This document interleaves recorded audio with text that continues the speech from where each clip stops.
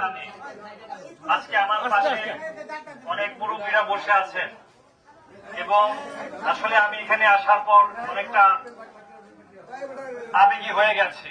এখানকার মানুষ আমাকে ভালোবাসে সেটা আমি জানি, কিন্তু আসলে ভালোবাসাটা যে কতটুকু সেটার মাপার কোনো আমার কাছে মাপকাঠি নাই।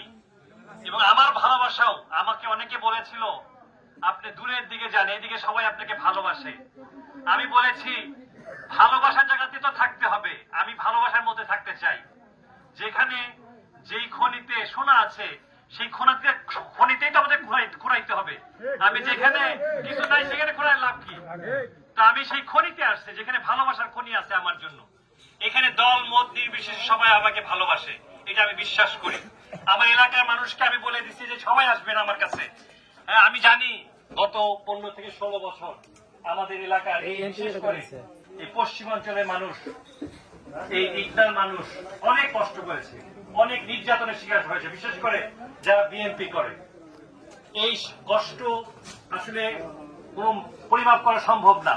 তবে আমি একটা কথা বলতে চাই, আমার রক্তে বিএনপি, আমার জন্ম বিএনপিতে। আমার জন্ম, আমার আব্বা যখন এই বিএনপির এমপি ছিলেন, এই কথাটা আমি জানি না জানি না। আমার জন্মের 40 দিন পর আমার আব্বা, 40 দিন আগে আমার আব্বা এমপি হয়েছে। তো আমার জন্মটা, আমার রক্ত বিএনপি।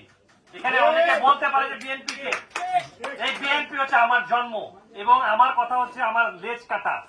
অন্য কোথাও যাওয়ার কোনো আমার অবকাশ নাই। আমার জন্ম বিএনপিতে, ইনশাআল্লাহ আজীবন আমি বিএনপিতেই থাকবো।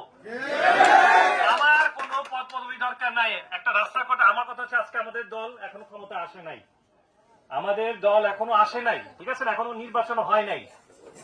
এখন আমরা সবাই আমরা এখানে আসছি। আমি এখানে কেন আসছি অনেকে বলতে পারে, এই যে কাকা বলতেছিল যে কেন আসছি।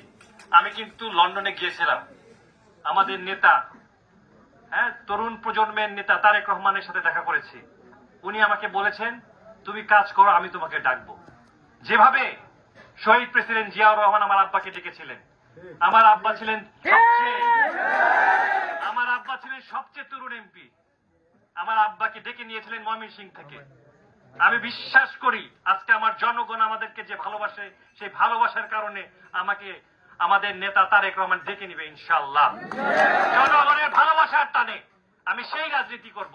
আমার আব্বা যে রাজনীতি করছে, আজকে প্রত্যেকটা মানুষ আমার আব্বাকে ভালোবাসে। সেই ভালোবাসার টানে আমি এখানে এসেছি। যেটা বলেছিল আমি ইচ্ছা করলে ইংল্যান্ডে থাকতে পারতাম, ওখানে পোস্ট গ্রাজুয়েশন করেছি আমি আজকে প্রফেসর মেডিকেল কলেজের, আমি সেখানে থাকতে পারতাম। আমার আর্মিতে হয়েছিল এএমসি করে, আর্মি মেডিকেল করে ক্যাপ্টেন হিসেবে আরো 20 বছর আগে, এখন কর্নেল থাকতাম। কিন্তু আমার তো দরকার নাই, আমার দরকার ভালোবাসা, এলাকার মানুষের ভালোবাসা।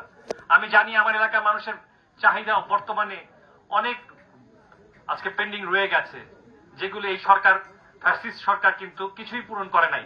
বিশেষ করে যারা বিএনপি করে তাদেরকে দেখেছে শত্রুর চোখে। যেটা আমরা আগে দেখতাম, বিএনপি আগেও তো বিএনপি ক্ষমতায় ছিল, আওয়ামী লীগ ক্ষমতায় ছিল, যেটা ছিল যে না এলাকার মানুষ, এখানে কোনো দলমত নাই। কিন্তু এই 15-16 বছর ধরে তারা এমন ভাবে শাসন করেছে যে আজকে বিএনপি মানে হচ্ছে যত আমরা ক্রিমিনাল শত্রু, এই শত্রু তারা সৃষ্টি করেছিল। কিন্তু আমাদের মধ্যে কিন্তু সেই শত্রুতা ছিল না। আমরা কিন্তু 2001 সাল থেকে 2005 সালে আমরা ক্ষমতায় ছিলাম এবং আমার বিএনপি পরিবার হচ্ছে আমরা। আমার বাবা যেরকম বিএনপির এমপি ছিলেন, আমার চাচা হাবিবুর রহমান ভুইয়া, প্রফেসর হাবিবুর রহমান ভুইয়া 14 বছর কিশোরগঞ্জ জেলার বিএনপি সভাপতি ছিল। আমাদের বিএনপি পরিবার আমরা। আমাদের যদি রক্ত ইয়ে করা হয় তাহলে এটা বিএনপি রক্ত বাঁচতেছে, এটা ছাত্রলীগ, যুবলীগ, আওয়ামী লীগের রক্ত না। আমরা কথা বলে শহীদ প্রেসিডেন্ট জিয়াউর রহমান কথা বলবো, আমরা কথা বলে খালেদা জিয়ার কথা বলবো, আমরা কথা বলে তারেক রহমানের কথা বলবো। আমাদের মুখ থেকে অন্য কোন নাম আসবে না। আমরা বিএনপি করি, করবো ইনশাআল্লাহ জীবন। আমার আব্বা বিএনপি করছে, আমি বিএনপি করি, আমার সন্তানও বিএনপি করবে। অন্য কোনো ব্যত্যয় হবে না। আমরা সুবিধার জন্য রাজনীতি করি না।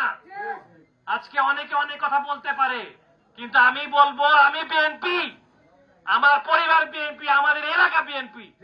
আমি বলি ইকদার ঘাঁটি বিএনপির ঘাঁটি, এখানে অন্য কোনো কিছু অবকাশ ছিল না।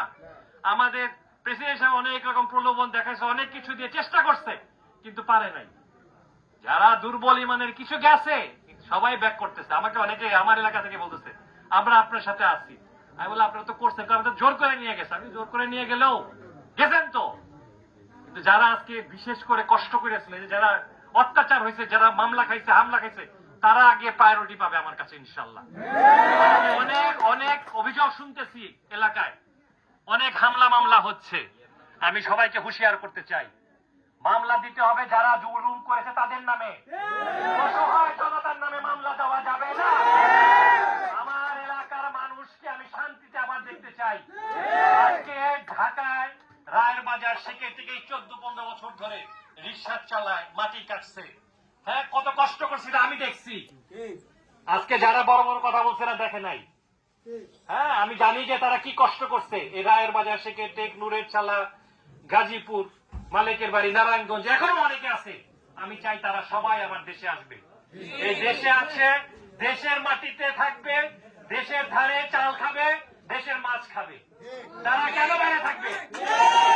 আমার কথা হচ্ছে যে রাস্তাটা বলা হয়েছে, ইনশাআল্লাহ আল্লাহ যদি আমাকে ক্ষমতা দেয়, ক্ষমতা বলতে শুধু এমপি না, আমরা ক্ষমতা বললাম, আমার জন্ম থেকে ক্ষমতায় ছিলাম, এখনো ইনশাআল্লাহ ক্ষমতায় আছি।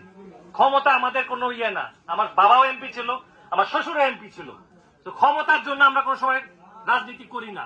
আমরা রাজনীতি করি, আবারও বলতেছি, মানুষের ভালোবাসার জন্য, এই জনগণের ভালোবাসার জন্য। এই যে দেখেন আজকে কত মুরব্বী আমার সাথে দেখা করতে আসছে। শুধু মুরব্বী না, আজকে অনেক ভদ্র মহিলা আছে, হ্যাঁ ভদ্র মুরব্বী মহিলারা অনেক সবাই আসছে। আমি তো বলি যে আমি যদি দাঁড়াই, আমার সাথে সেরকম অনেকেই থাকবে। আর রাজি রায়চুটির মানুষকে আমি ভালোবাসি বেশি, এরা আমাকেও ভালোবাসে অনেক বেশি।